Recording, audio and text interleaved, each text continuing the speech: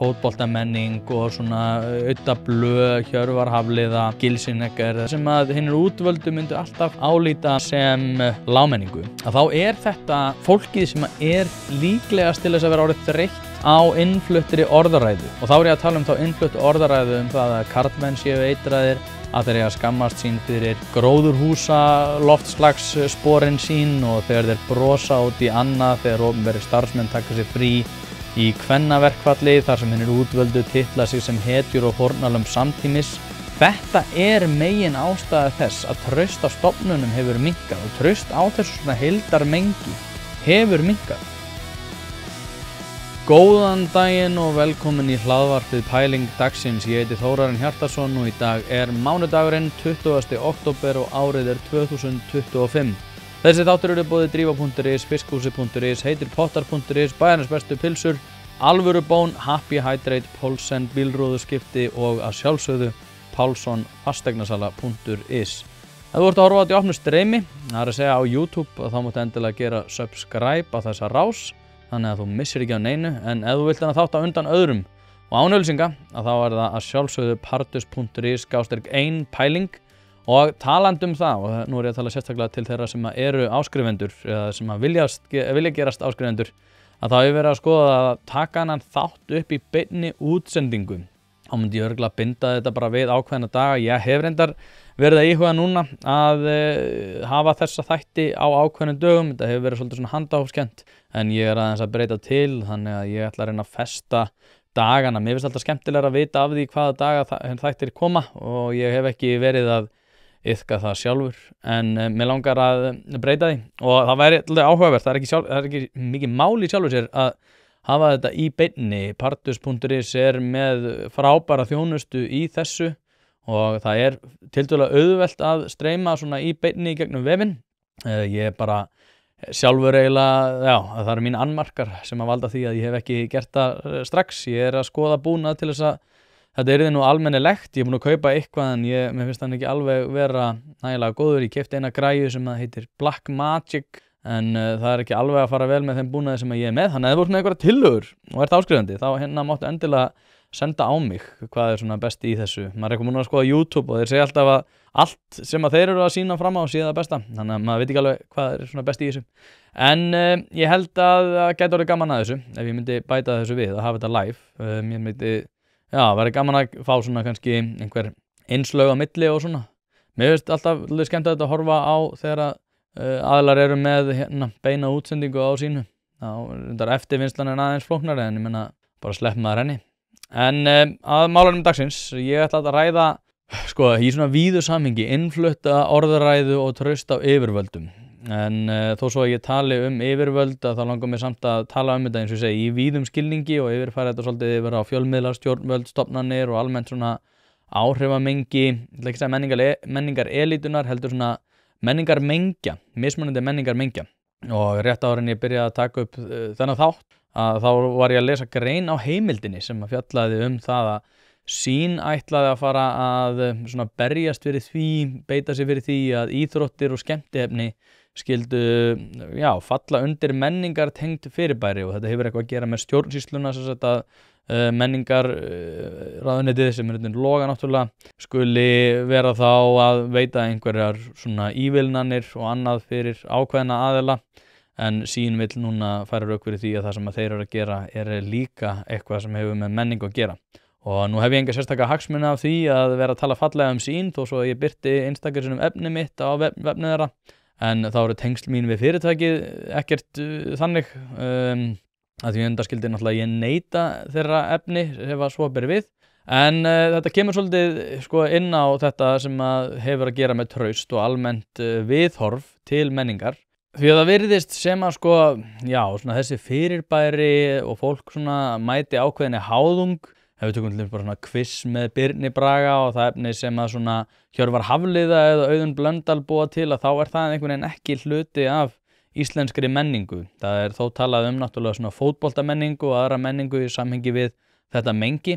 En þegar rætt til með styrki til menningar og eitthvað því líkt, að þá sjálfsögðu ekki verið að tala íslenska menningu, þar að íslensk menning hefur ekkert að gera með fótboltamenningu. Hlaðvarpið er í samstarfi við fiskhúsið.is. Fiskhúsið.is er heildverslun fyrir veitingamenn sem vilja það ferskasta og það besta fyrir sína kúnna. Hvort sem það er fyrir veitingareksturinn, hótelreksturinn, mötuneytið eða hvað annað, þá ferðu inn á fiskhúsið.is til að sjá það gríðarlega úrval sem að strákarnir hafa upp á að bjóða. Ef að þú vilt hið ferskasta og hið besta, þá gerir þetta sjálfsögðu almennilega, ferðin á fiskhúsið.is. Það er ekki til sú spurning sem að strákarnir hafa ekki svarið við, þannig enn og aftur fiskhúsið.is til að fá ferskasta og besta fiskinn á landinu. Og það er áhugavert að velta þessu fyrir sér af hverju þetta er, og ég held að það sé út af því að áhrifafólk í samfélaginu álíti það sem ákveðna lágmenningu.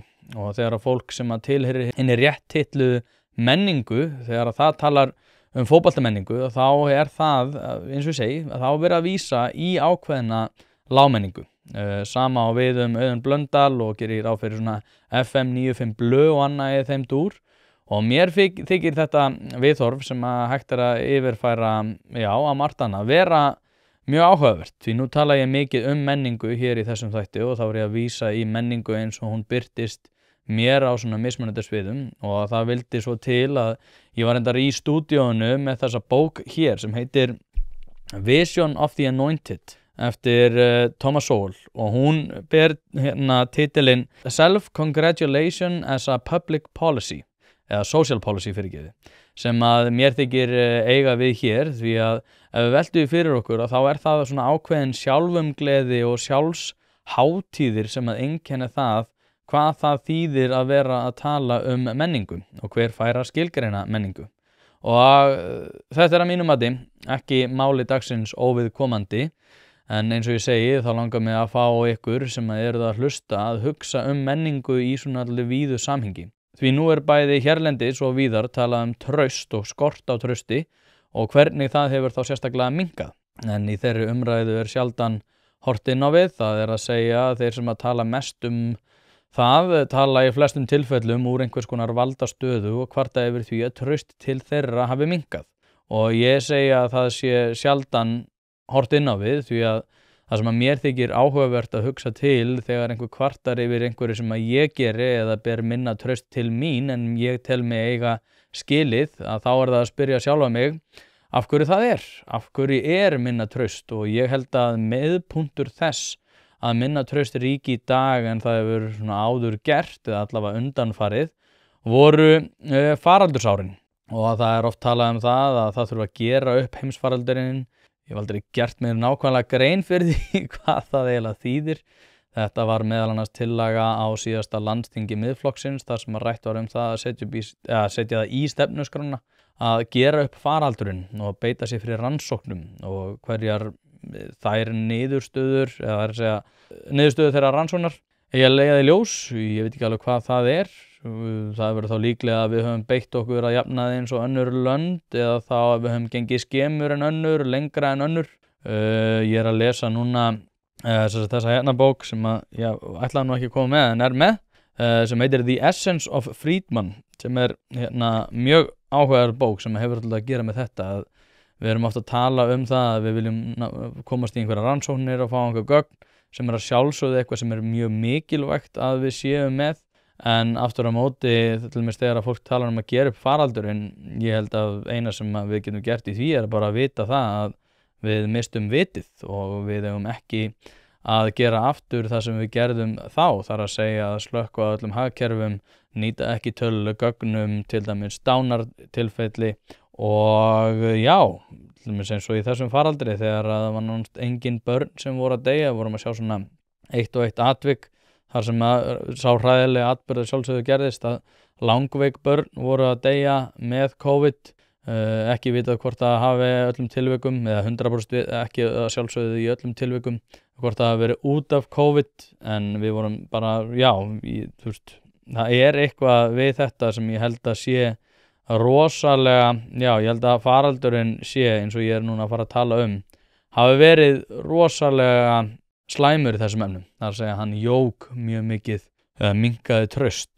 og jók tortryggni En ég var að lesa þessa bók og hún gefin út sem sagt á 75 ára afmæli hans sem ákveðin svona, minnisvarði fyrir hans störf og þar vitnað í hann, þar sem að hann spurður hvað hann væri svona þegar hann horfði tilbaka, hvað það væri sem að hann myndi svona helst leggja áherslu á að fólk myndi hugsa til þegar það horfiði til verka hans, af hverju hann ætti að vera, eða hvað það myndi heiðra í hans vinnu. Að þá sagði hann að það væri að fólk skildi íhuga og huga að sérstaklega raunverulegum áhrifum ákvarðana stjórnvalda frekar en markmið ákvarðana. Og mér langar að segja að þetta eitthvað sem að við hér á Íslandi gerum ekki nægilega mikið af.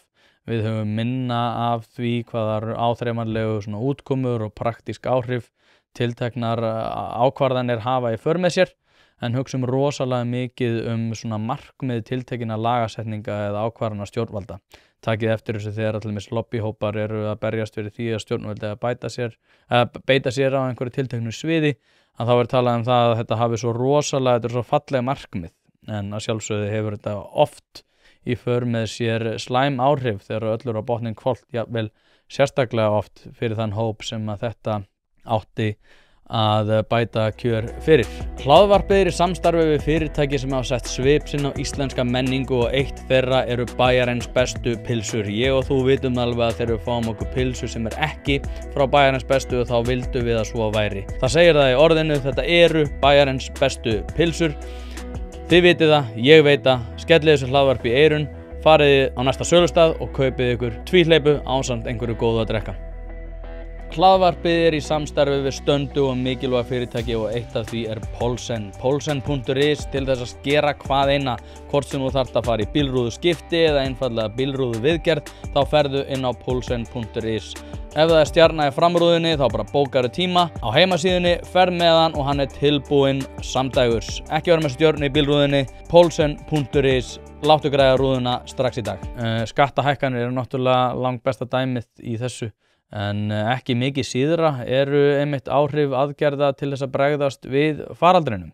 Ég tók nokkur viðtöl á þessum tíma, nokkur við Þórólf Guðnason, þá var hann sóttvarnalækni, og spurði hann út í þessi áhrif einmitt og hann einmitt sagði að við þekkjum þessa klísju sem er orðið núna, að hann sagði sjálfur, ég ekki hagfræðingur, ég á ekki að vera að pæla í þessum atriðum, ég á ekki að vera að passa upp á það að hagkerfið haldist í ákveðnum dampi.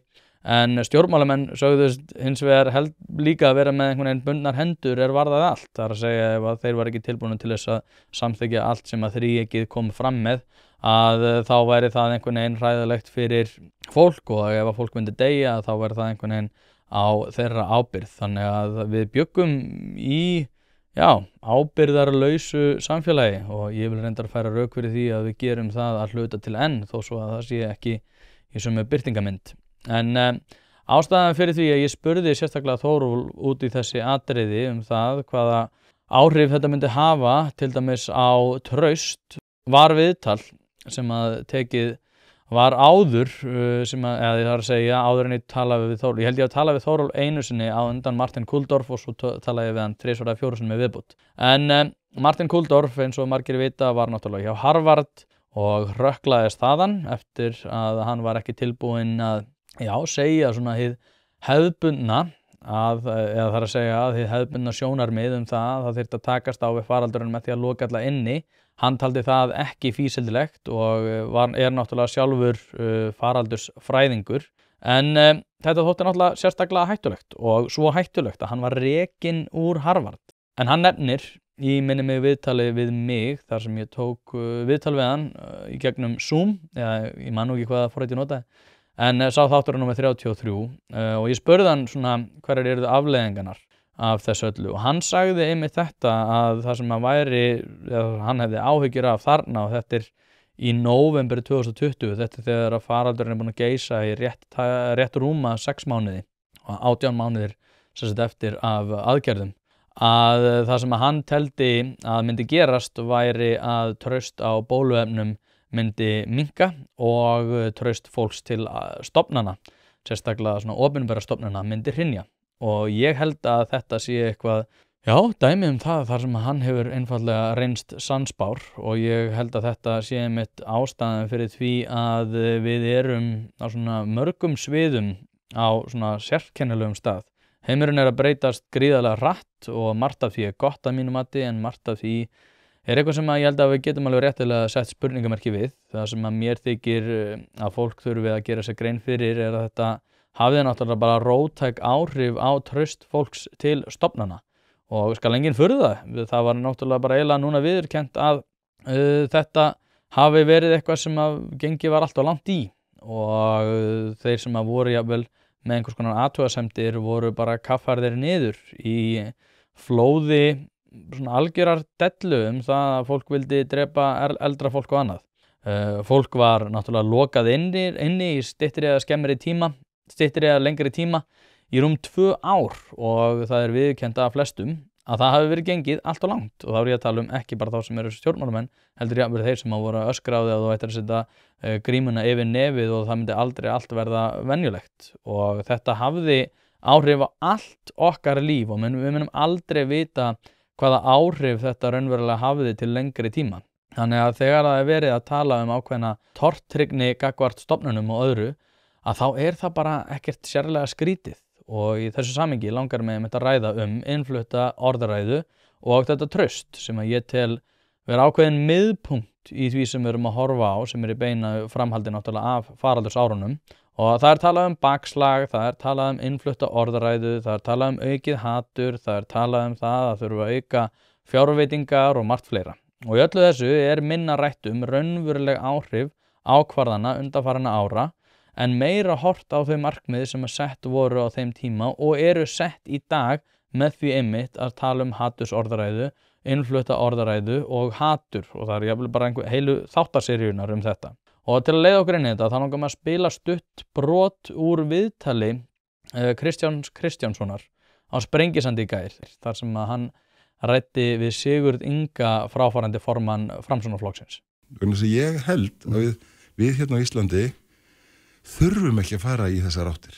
Við þurfum ekki að flytja inn þennan ósóma sem bæði vestanhafs og finnst þér hann ekki þurfum ekki að flytja inn að hann minnstakorsi ansi komin nálægt hérna ströndum landsins hann ekki bara komin inn. Hann búinn að fá fótfestu og það við fólki í landinu sem getur stöðvað með því að rísa upp og segja við viljum þetta ekki. Hvernig hefum við þá finnst mér svo mikilvægt að horfa þess aftur segja og ég veit að það hljómar svo klísja að segja hérna fyrir 81 árið þegar við verðum lýðveldi. Þá voru við eitt af svona fátækari ríkum Evrópu, þetta voru einhverjir sem voru mun verri málum. Í dag erum við eitt af ríkustu þjóðum heims og löndum, ekki Evrópu, heims. Lífskjör hjá okkur mælast samkvæmt Sameinuðu þjóðanna þeir bestu.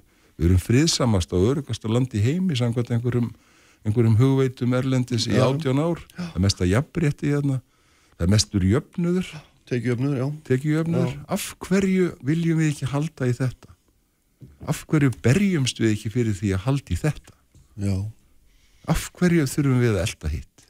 Og þarna hann að sjálfsögðu að tala breytta sviðsmynd í almenningsumræðu sem að við sjáum á mörgum sviðum, bæði varðar menningu og annað. Hlaðvarp í samstarfi við Happy Hydrate. Steinefni eru orðin mikilvægur þáttur í mínu lífi og ég ekki einu svona grínast, ég að nota þessar vörur í alvörinu. Það ástæða fyrir því að þessir kassar hérna eru tómir. Nýjungarnar og framþróunin hjá Happy Hydrate reynd út sagt frábær. Kreatín samhliða steinefnunum, eitthvað sem að þeir bjóða upp á og ég nota að staðaldri. Eftir að ég byrjaði að nota þessar frábæru vörur að þá líður mér einfaldlega betri. Ég kem meiri verk og dagurinn verður betri. Dagskammtur af nauðsynlegu vítamínum, engin gervisykur og þú færð þetta í rauninni hvar sem að þú verslar. Þú verður ekki fyrir vonbrigðum ef þú prófar þetta og ég mæli með að þú gerir það strax í dag. Að kaupa eða selja húsnæði ein stærsta ákvörðun lífsins. Þess vegna skiptir máli að hafa ekki bara sölumann heldur ráðgjafa þér við hlið. Hlaðvarpið fjallar mikið húsnæðismál og því það í samstarfi við þá færustu í geiranum hjá fasteignasölunni Pálsson. Pálsson fasteignasala leggur áherslu á persónulega þjónustu, fagmennsku og gagnsæi. Notast við sérstaka ferla sem að tryggja það að bæði kaupendur og seljendur vita upp á hár hvernig að þessu staðið. Allt frá undirbúningi myndatöku til loka sölunar. Boðið upp á fría ráðgjöf og verkfæri eins og eignavakt.is sem sér til þess að þú missir aldrei af réttu eigninni og verðmat.is sem hjálpa þér að taka upplýsta ákvörðun verð. Heimsæktu pálssonfasteignasala.is og fáðu þína persónulegu ráðgjöf strax í dag. En spurningin ekki af hverju við ætlum ekki að flytja eitthvað inn eða hvort að við ætlum að flytja eitthvað inn. Við erum hins vegar að sjá nákvæmlega það sama upp á teningnum varðar ýmis mál hérlendis sem að fólk hefur bara áhyggjur af.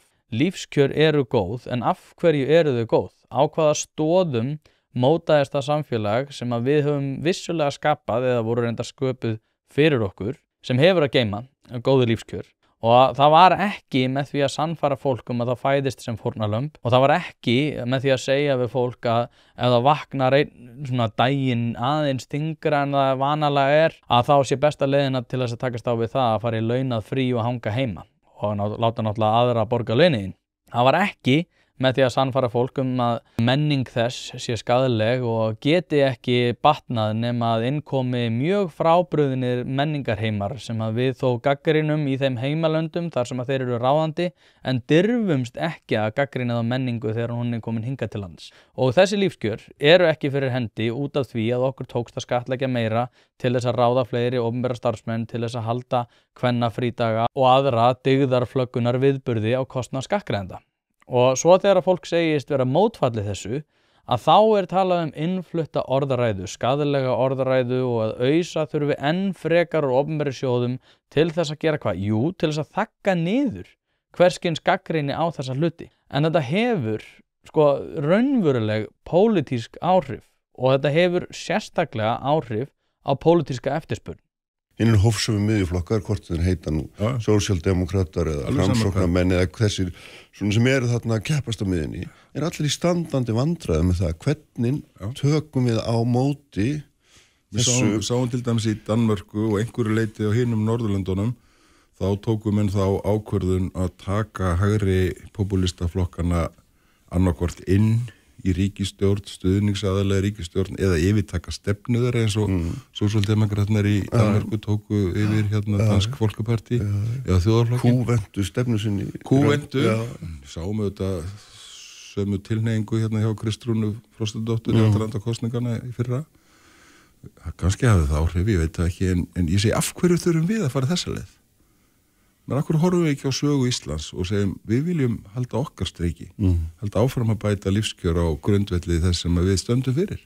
Friðsöm, örugg þjóð, með óendanlegar auðlindir sem að geta nýst okkur til áframhaldandi lífskjara. Þarna ég reyndar alveg frekar ánæður með Sigurð Inga og ég var reyndar alveg ánæður með hann í þessu viðtali. Það virðist vera að bestu viðtölin komi frá fráfarandi formönnum stjórnmálaflokka. Mér fannst það einn Bjarna Benediktsson, þá geta einhvern veginn sagt það sem þeim raunverulega finnst. En þarna ræðar hann aftur lífskjörin og fer með smá fleipur reyndar að mínum mati þegar hann talar auðlindir og annað sem við eigum nóg af, en þær eru til einskis nýttar ef að við erum ekki með þrótt, getu og vilja til þess að nýta þær. Ég ræddi nýlega við Gail Pooley sem höfundur bókarinnar Superabundance. Þar sem hann sagði mitt og ásamt náttúrulega Marianne Toopi, svo ég nefni það nú líka.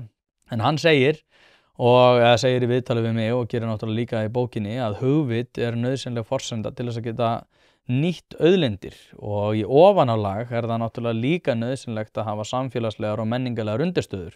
Eins og þegar ég hef rætt við hann Eld Ólafsson, forstjóra Amarok, sem í námugreftir á Grænlandi, að þá nefnir hann þetta einmitt, að það sé landfræðilega frábært einnig fyrir Grænland. Það að segja að það mikilvæg forsenda hvar það og það gríðarlega mikilvægt að hafa stjórnarfar sem keimlíkt því sem að við teljum æskilegt. Því að það ekkert bara nóg að vera með auðlindir.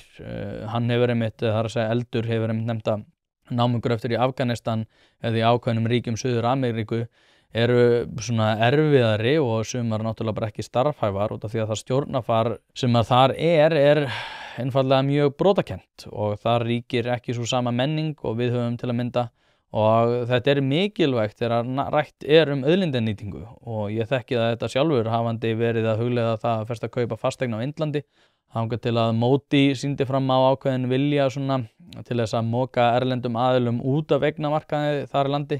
Hann gekk töluvert skemur en hann talaði í fyrstu en það hafði þetta gríðarlega vond áhrif þannig í upphafi minnir þetta sé 2018 eitthvað svoleiðis að erlendi fjárfestar fóru svolítið að taka pokann sinn eða fóru að verða tortryggnari. Þess vegna tel ég svona í þessu stóra samhengi að þetta sé ákveðin skammsýni hjá Sigurði Inga þegar hann að tala að þú viljir ekki að kjósendur og almenningur segi hug sinn út af því að þér mislíkar hugmyndirnar. Þá ertu einfaldlega að pissa í skóinn.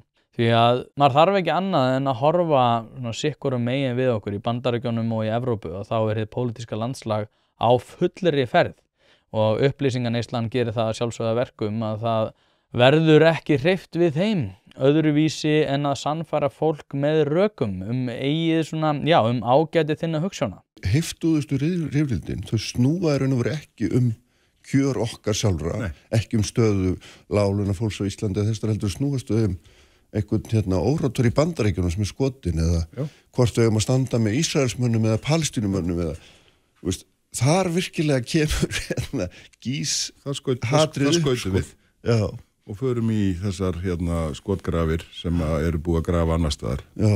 Við þurfum ekki að gera þetta. En til þess þurfum við að hafa kjark. Hvernig tökumst við á við þetta? Það stóra spurningin hjá svo mörgum í svona svipaðri pólitískri afstöðu og þú hefur representera gegnum tíðina. Já, fyrir okkur í Framsókn heldur til dæmis ein leið að fá nýja ásýnd, nýja kynslóð af fólki sem að með þessi grunngildi og þessu orðræðu. Það fólk þarf síðan alveg eins og ég hef verið að reyna held ég að tilenga mér allavega síðustu mánuðina að tala einfaldara mál, vera skýrari, vera jákvæður og uppbyggilegur. Ég held að það sem margt gott í íslensku samfélagi sem við eigum að vegsama og segja að við viljum halda áfram á þessari braut.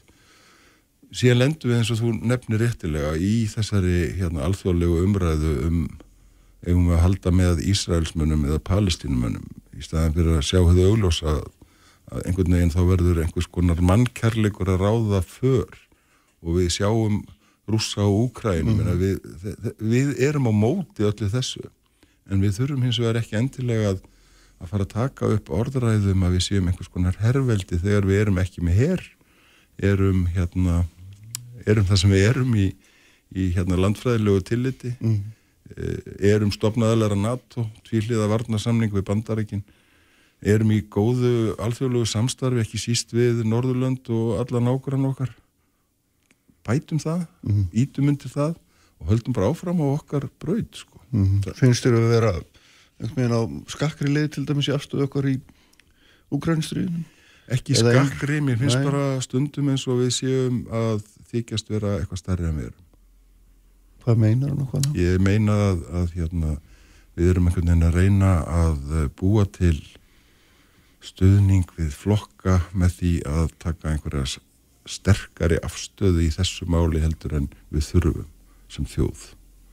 Við erum augljóslega stuðningsmenn frelsis og að alþjóðalög séu virt og erum þess vegna andsnúin því sem að þessari ógeðfelldu innrás og ólöglegu innrás Rússa inn í sjálfstætt land, nágrannan sinna til að sækja landvinning á 21. öldinni. Sko. Það er ekki nema það er 80 ár síðan heimsstyrjöldin sko, er það bara eitthvað orðið lögmála þegar allir eru búin að gleyma hvað gerðist og allt er fólkið dáið sem að lifði þetta, að þá þurfum að fara aftur að gera það sama.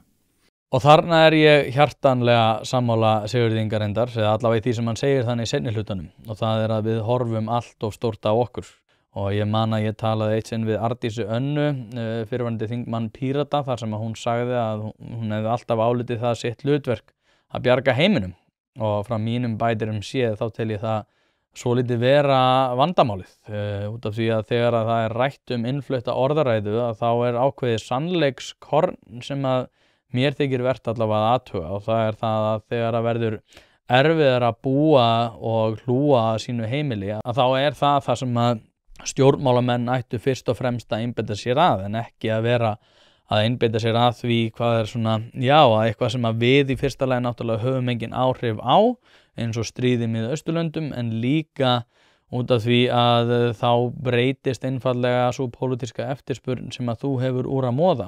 Og Brynjar Níelsson hefur reynda sagt þetta við mig áður, þar sem að hann einmitt að, já, það svona svolítið agndofa yfir því að þegar að hann sat á þingi svona sérstaklega seinni árin, að þá nefndi hann þetta við mig einmitt að honum hefði þótt aldrei skrítið að fyrst og fremst væri verið að einbeita sér að málum sem hefði ekkert með Ísland að gera og þá væru ekki svona umboðsmaður þeirra kjósenda sem að kusu þig inn, heldur ertu að nýta slagkraftinn til þess að vera að þjóna einhverjum allt öðrum en kusu þig. Hlaðvarpið í samstarfi við heitirpottar.is, hvort sem þið vantar saltvatnspott, hitaveitupott, kaldan pott, sánuklefa eða hvað eina í heita pottinn, þá ferð þú inn á heitirpottar.is og lætur græja þig. Þjónusta á uppsetningum all land og nú jafnvel hægt að fá sér smíðaðan sánaklefa, þar sem að þú færð sánuna nákvæmlega eins og þú vilt hafa hana. Það ekki hægt að setja verðmiða á heilsuna eða samverustund með fjölskyldunni og því mikilvægt að huga að báðu og það nákvæmlega það sem að heitirpottar.is auðvelda þér að gera. Hvort sem þú ert að endurnýja gamla pottinn eða gera þetta frá grunni, þá getur þú sendt skilaboð á netinu eða bara einfaldlega kíkt í verslunina að Fossalsi 13 en þar opið alla virka daga milli 10 og 17 og á laugardögum milli 10 og 14. Ekki drolla við þetta, þú veist að þið langar í heitan pott og sánu heimtíðin, heitirpottar.is græja þetta fyrir þig. Og eins og ég nefndi áðan, þá virðist vera að við séum í svona flestum tilvikum, ég myndi segja bara við erum í færri tilvikum að beina athygli okkar að grunnstoðum okkar sem að gerir það verkum að hér gott að búa. Og ég ekki meina einhverja fortíðarþrá, en ef við tökum bara svona til hliðar eða svona út fyrir svika, sko, vinnuþrek fyrri kynslóða og viðhorf svona til lífsins, að þá hefur það tekið stórkostlegum breytingum og að mínu mati erum við ekki að hlúa þeim grunngildum sem ég tel að þurfa að vera fyrir hendi að við ætlum að viðhalda þessum lífskjörum, tala nú ekki að við ætlum að bæta þau fyrir framtíðar kynslóðir. Og í því samhengi langar mig mitt að út af því við erum að tala innflutta orðaræðu, kvennaverkfallið, það hefur verið svona, já, í aðdraganda þess hefur rosalega mikið, og örugglega aldrei jafn mikið verið rætt innflutta orðaræðu og bakslag og í einni frétt sem að koma út nýverið var rætt nákvæmlega þetta og ég ætla bara að lesa alla þessa úttekt fyrir ykkur í heild sinni. En þetta sem sagt frétt sem að kemur út núna í gær og heitir Slæmar hugmyndir brugðust í faraldrinum og þarna sem sagt Auður Önnu Magnúsdóttir og Hólmfríður María Bjarnadóttir en Auður Önnu, já, hún kennd við móður sinna líka. Auður Önnudóttir var sem sagt, ég held hún hafi verið framkvæmdastjóri landverndar og já, var sem sagt að berjast í því að sjá til þess að orkumálin myndu komast í þær ógöngur sem að þær eru í núna, en núna hún sem sagt, já, framkvæmdastýra Kvenréttindafélagsins í, já, Félags Íslands. En ég ætla að lesa þetta fyrir ykkur í heild sinni og ég byrja núna. Bakslag hefur orðið í réttindabaráttu kvenna á allra síðustu árum. Þetta eru Auður Önnu Magnúsdóttir, framkvæmdastýra Kvenréttindafélagsins og Hólmfríður María Bjarnadóttir, sérfræðingur á Borgarbókasafninu. Veitum ekki okkur að hún einhver sérfræðingur í kynjamálum eða hún sérfræðingur á Borgarbókasafninu. Eru sammála ásamt fleirum verkefni læsi og stöðu baráttu kvenna. Nú, þetta líka læsi, ég bara gerði mig grein fyrir, ég bara las framhjá því. En allavega, það vitnað í Auði. Við erum bara að reyna að halda línunni en ekki að sækja fram. Og þá sem sagt spyr Orri Páll Ómarsson sem að skrifar hérna hjá Morgunblaðinu, hvenær hefst sú þróun? Þegar við erum að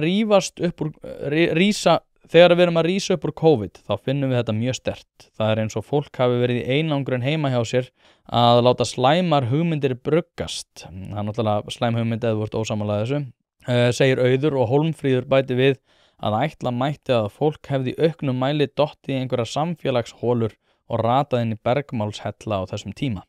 Og reis svo upp úr þeim hellum með nýja og verri sýn á heiminn. mjög, þetta hérna út af því að ég var að tala þessa bók hérna Vision of the Anointed sko, það er ekkert sem að, það er engin bók að mínum mati, nema reyndar, Conflict of Visions, ég reyndar ekki með hana þessi bók eftir Thomas Sowell og Conflict of Visions eftir Thomas Sowell svona þetta viðhorf sko að sko hugmyndir þínar ef að það er á skjön við þetta svona hefðbundna narratív að þú veist, þú ert ekki í þessu fótbolta, auðunblönda, lámenningar, hlæjað, svona klúrumbröndur dæmi, heldur svona hámenningar sinnaður, að þá áttu líka sko að vera með fullkomið dagskrárvald á öllu öðru og ef að þú ert að setja einhvers konar spurningamerki við þetta, að þá er bara hægt að slá því föstu að þínar hugmyndir séu verri heldur en annara. Þær segja að þessi sjónamið, svo sem alltaf hafi verið til í einhverjum mæli, þau hafi bara ekki haft hljómgrunn fyrir á seinni árum. Það hafi ekki haft hljómgrunn á seinni árum. Og svo segir hérna íhaldssamari en ömmur og afar. Hjá hverjum liggur vandinn fyrst og fremst? Og þá er vitnað hérna í auði. Samkvæmt Reykjavík Index rannsókninni sést skýrt að þetta eru fyrst og fremst ungir karlmenn að sjálfsögðu, en líka ungar konur sem eru íhaldsamari en ömmur þeirra og afar, segir Auður. Þegar ég var ung þá vorum við framsækin og gömlu risaðlunar skildu ekki nútíman, en unga fólkið í dag er íhaldsamara án þess að skilja almennilega hvað það er að segja og hvert það vil stefna. Þannig að sko, já, það er vond náttúrulega ef þú hérna ert ekki sammálaðið og þá skilur ekki nútíman. Þetta er, já, það er eiginlega magnað hvernig hérna viðhorf til ungs fólks er á hálfur þessara aðila. En svo kemur upp á hals klausa mín. Og Hólmfríður segir alltaf að verða algengara að ungt fólk sjáu gamla tíma í dýrðarljóma. Þetta hefur verið rómantiserað. Í stað þess að vera vegan og í kakóserimónium fyrir nokkrum árum er fólk núna frekar að drekka beinasóð og trúa á hina hefðbundnu fjölskyldu. Þetta er mjög áhugaverð þróun. Þetta er mjög áhugaverð athugun. Sko, hérna, byrjum bara, þú veist, á þessu hérna, að vera vegan og í kakóserimónium. Ég veit ekki betur en það, voru ekki alltaf þessar kakóserimóniur með einhverjum perrum sem að voru að haga sér eins og fávitar og það var þannig einhver hérna, þáttur einhverja kakóserimóniur í hérna Hvalfirði eða eitthvað og náttúrulega allir að missa vitið í einhverjum orgíum og fleira þar fram til gödunum. Og það er náttúrulega eitthvað sem við höfum að horfa með rosalegum jákvæðum augum og fólk með næringaskort eftir að hafa verið vegan og fleira.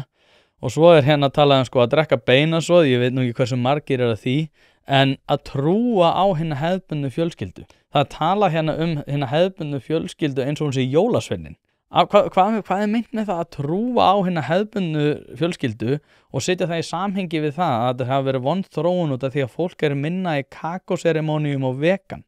Þetta er mín uppáhaldsklausa í frétt sem að ég hef bara lesið í lengri tíma. Hlaðvarpið er í samstarfi við fyrirtæki sem að veita úrvalsþjónustu og eitt af þeim er Alvöru Bón. Við skulum bara vera hreinskilin, ef þér þykir vænt bíliðin þá lætur þú gera þetta almennilega og það er nákvæmlega sem Alvöru Bón gerir. Ferð með bíliðin, hvort sem það eru alþrif, djúphreinsun, mössun eða hvað eina, þá skellur þér á Alvöru Bón og lætur degra við bíliðin. Farðu inn á vefsíðuna og tryggðu þér 10 tíma klippikort, þá þarftu bara ekkert að vera að pæla í þessu. Alvöru Bón, kíkið á þetta, þið verðið ekki fyrir vonbrigðum. Hvers konar viðhorf er það samt, þú veist, er að við gerum okkur svona flest grein fyrir því að undirstöður vestræns samfélags hafa verið svona myndun fjölskyldna og ákveðin svona styrkur í því, allemist þegar að margar kynslóðir bjuggu saman, að þá virtist lífshamingjan vera meiri, eitthvað sem að við náttúrulega erum ekkert mikið að huga að í dag, þar sem að við eigum öll okkar eigið heimili.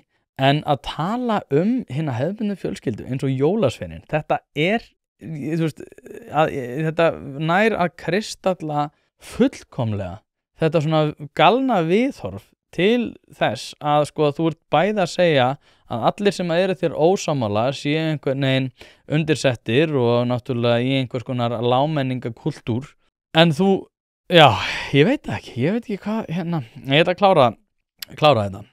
Að sögn Auðar er eins og að mikilvæg skilaboð nái ekki lengur í gegn. Það er að segja náttúrulega að ég er með mikilvægri skilaboð en þú, út af því að ég er náttúrulega vision of því, ég er hinn útvaldi. svo sem að skerða ekki réttindi annara. Þetta náttúrulega annað, það alltaf talað réttindi annara að ég sé á einhverju skoðun sem að undirbyggir þeirra tilvist sem náttúrulega hræðilega vond hugmynd. Það að kúga annað fólk aldrei góð hugmynd en samt virðumst við ekki koma þeim skilaboðum áleiðis. Það umhugsunarvert. Það umhugsunarvert að það að þín skoðanakúgun sé ekki að ná í gegn einhvers konar kúgunar tilburðir af hálfu þeirra sem ekki sammálaðir. Það að sjálfsögðu ekkert athugavert við það að þegar að fólk búið að vera skoðanakúgað í lengri tíma og segir svo nei, en þú kallar það kúgun út af því að fólk ekki sammálaðir það að hinn hefðbundna fjölskylda ekki jólasveinin og það að vera vegan og í kakasveremónium sé kannski ekki alltaf frábært fyrir alla og gerir örugglega einstaklinga verri í stakk búið til þess að takast á við lífið. Það það sem umhugsunarvert við þetta. Svo haldið áfram. Nánar rætt við Auði og Hólmfríði í sunnudagsblaði Morgunblaðsins í tilefni því að 50 ár verða á föstudaginn liðin frá kvennafrídeginum. Í dag, sunnudag klukkan 15 verður efnt til bókmenntasögu á Borgarbókasafninu Galdurinn bla bla bla bla. Já, þetta svo sem ekki lengur en það. Hugsið ykkur hvað þetta samt einkennilegt viðhorf og þetta nær svo mikið utan einmitt allt sem að ég búin að vera að tala og mér langar reyndar að enda þetta á því einmitt að ræða af hverju ég búin að vera að gera þessar tengingar. Það að segja hvernig kemur menning, faraldurinn, Hjörvar Hafliða, Auðun Blöndal, viðhorf til lífsins, lífskjör og innflutt orðaræða og kvennaverkfallið svona saman. Af hverju kemur þessi fyrirbæri hvort öðru við? Og frá mínum bædiru séð það nokkuð augljóst. Ég horfi á samfélagið svolítið eins og fótboltaleik þar sem að ákvarðanir eins hafa áhrif á mjög marga aðra eða reynda bara alla á vellinum. Ef þú ert með til dæmis 2 jafn sterk lið að þá hefur hver einasta sending og ákvörðun og jafnvel hlaup án bolta áhrif á allar ákvarðanir allra annara aðila á vellinum og ræður svolítið úrslitum. Það að segja að þú veist, jafnvel ef að varnarmaður kýs að senda boltan upp hægri kantinn í stað þess að senda hann yfir á vinstri kantinn, að þá breytir hann öllum öðrum ákvörðunartökum sem að fremsti maður mun taka á jafnvel markmaðurinn. Og leikurinn breytist, eins og segi, með bara hver einustu sendingu eða ákvörðun og breytir því hvernig áhorfendur munu jafnvel bregðast við í kjölfarið. Og sjálfsögðu ekki hægt að yfirfæra þetta yfir á allt samfélagið, ég skil það alveg. Það ekki hægt að segja að ákvarðanir Hjörvars Hafliða hafi áhrif á kvennaverkfallið. Að kaupa og skipta dekk hefur aldrei verið einfaldara. Drífa.is í samstarfi við fjölda dekkjaverkstæða og alhliða lausn þar sem að þú getur flett upp þínum bíl með því að skrá inn bílnúmerið og keypt dekk í þeim verðflokki sem að hentar þínum bíl best. Nú ef þú ert í vafa dekkjastærðir þá getur þú einnig tekið mynd af dekkjunum þar sem að vefþjónustan staðfestir þetta allt við þig. Þetta kann að hljóma of einfalt til að vera satt en svona þetta nú samt. Einnig boðið upp á sérþjónustu þar sem að dekkjabíllinn kemur upp á dyrum, umfelgar, skiptir dekk og hann jafnvægir stilltur á staðnum. Eins og segið þá hefur þetta aldrei verið einfaldara og nú tíminn eins og við vitum öll. Skelltu þér inn á drífa.is og fundu bestu dekkjaþjónustuna sem hentar þér.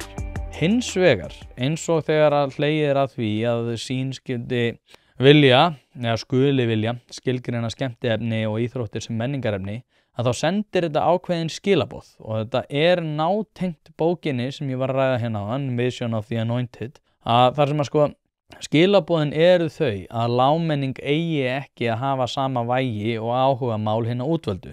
Það að segja kvennaverkfall og rosalegar áhyggjur af öllu sem við kemur lífinu og það einhvern veginn að kvíði sé að aukast, sé bara vitnisburður það að við þurfum fleiri sálfræðinga.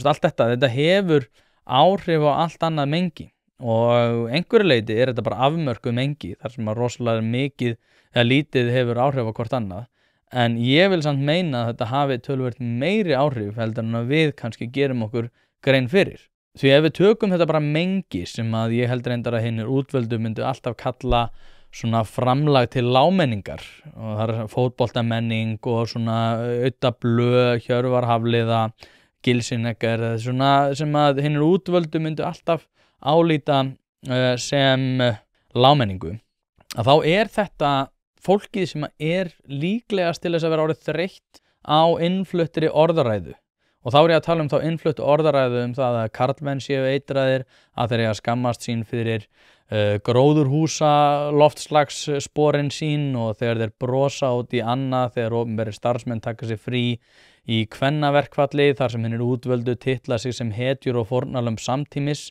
Þetta megin ástæða þess að traust á stofnunum hefur minnkað og traust á þessu svona heildarmengi hefur minnkað. Að fólk sé minna tilbúið til þess að lúta vilja fólk sem barðist gegn því að léttskildi á faraldursaðgerðum samhliða því að segja við getum tekið á móti fullt af fólki með annan menningabakgrunn án þess að það myndi koma til með að hafa áhrif, að trúa á hina hefðbundnu fjölskyldu sé eins og að trúa á jólasveinin, að hætta skildi að nýta virkjanakosti út af því að við varum í svo góðum málum með varðar orku sem reyndist náttúrulega sjálfsögðu ekki rétt, að þú sett ömuleg manneskja, skildir þú gerast uppvís að því að telja að bara kynin séu bara 2 og það sé mjög mikilvægt að slá skjaldborg utanum þá sem að tala fyrir þessu út af því að þeir höndla ekki gagnrýni. Það ekkert öðrum að kenna ef að fólk missir trú á því sem að þú ert að segja. Heldur það sjálfu þeir að kenna að geta ekki sannfært fólk það að það ætti að leggja traust í það sem að þú segir.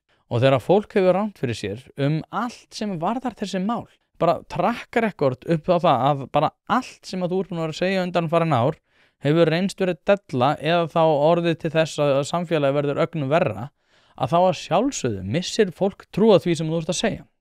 Fyrir mitt persónulega leyti að þá, eins og ég segi, við erum að horfa upp á samfélag þar sem að, já, Sigurður Ingi talar innflutta orðaræðu, fólk talar innflutta orðaræðu, fólk talar bakslag, en aftur á móti þá held ég að skynsamlegasta leiðin væri að skipta út þeim aðilum sem að hafa haft rangt fyrir sér í gríð og erg öll þau málefni sem að þeir hafa verið að tala fyrir.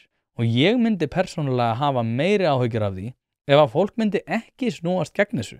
Og með það í huga, þetta var rosa, ég veit ekki, fór alltaf flug, en þegar ég fór að skrifa þetta, þá, ég veit það ekki, mér langar svo mikið að einhvern veginn ná þessum tengslum sem að mér finnst ég vera að sjá. Ég vona að ég hafi náð að koma því allavega einhver orð, en þetta það sem ég hef verið að ræða bæði á þessum vettvangi og í hlaðvarpinu Ein pæling, það sem að mér finnst, ég hef náttúrulega talað svo ótrúlega oft réttrúna, en hann var náttúrulega, hann og hefur verið og mun verða ákveðin svona miðpunktur í þessu þó svo hann sé náttúrulega fallinn í hugum fólks að þá ennþá það glæðir enn í þessu náttúrulega innan stofnana og stofnana minnið hefur ekki verið hreinsað af þessu.